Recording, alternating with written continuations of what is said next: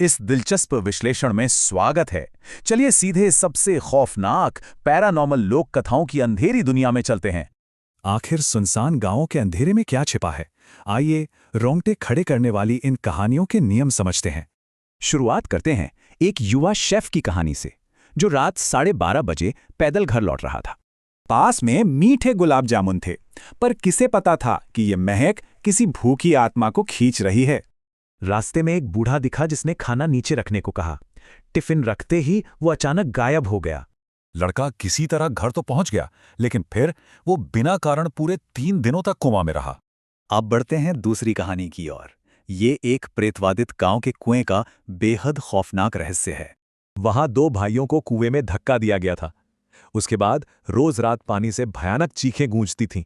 फिर सालों बाद एक तैराक ने महसूस किया कि किसी ठंडे अदृश्य हाथ ने उसका पैर पानी के नीचे खींचा। वैसे तो रातें ज्यादा खौफनाक होती हैं, लेकिन कुछ खूंखार आत्माएं दिन के उजाले में भी अपनी मौजूदगी दिखाती हैं। पहाड़ों पर बने एक घर की अगली घटना सच में दिन के उजाले में भी रोंगटे खड़े कर देगी।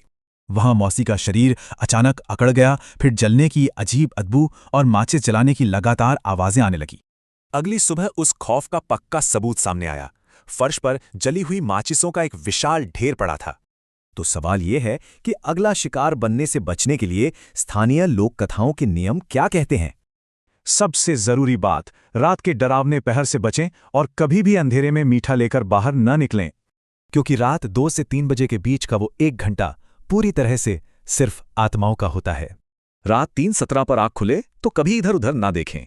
कौन जाने अंधेरे में क्या इंतजार कर रहा हो।